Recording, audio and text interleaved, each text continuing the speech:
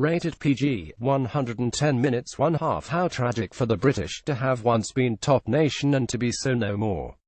No wonder the cinema spent so much time dwelling on past glories, while weaving fantasies meant to absolve the guilt of having once run the largest and most fearsome empire in the world, including a whole series of films asserting that various British monarchs were people just like you and I. Judi Dench and Ali Fazl as Queen Victoria and young Indian Clark Abdul Karim in Victoria Abdul. Photo focus features. So we come to Stephen Frears' Victoria Abdul, which is something of a Trojan horse.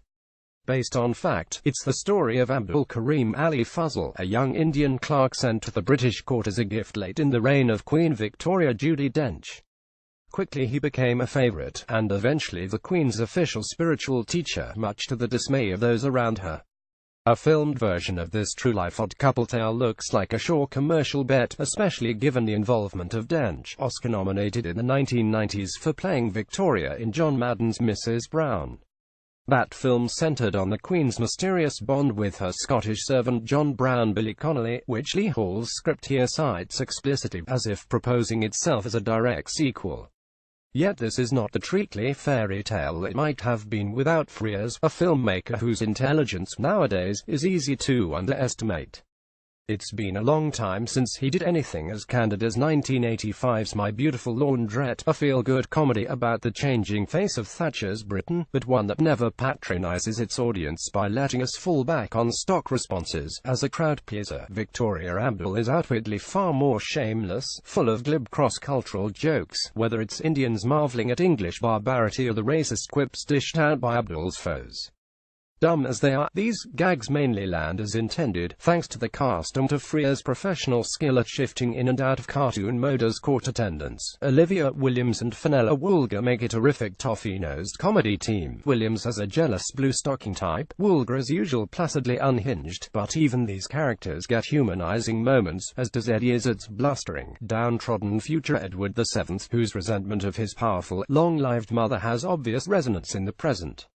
The most human character of all is the rueful Queen, who views herself as a prisoner of her own privilege, a notion which Frears and Hall in turn regard with a mix of sympathy and satire. Nearly all of Frears' stronger recent work has centered on older women, and Victoria Abdul likewise is first and foremost a vehicle for Dench.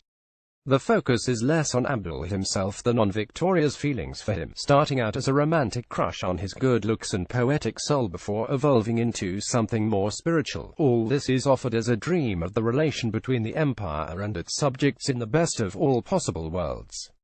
Yet what Abdul represents, especially from a present-day vantage point, is complex indeed. Like the young Pakistani British hero of My Beautiful Laundrette, he seems willing to say and do anything to get ahead.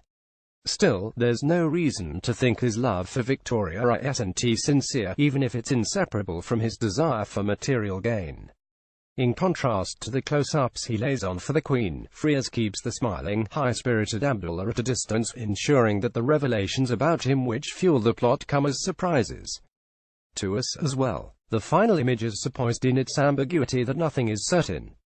The implication might be that introspection is a class privilege, except the other character capable of it is Abdul's less favoured travelling companion Muhammad Adil, actor who is granted a lengthy close-up of his own when he gives his scathing and scatological assessment of what Abdul is really up to. But even this is just one thread in the film's carpet, a metaphor which the dialogue cornily spells out.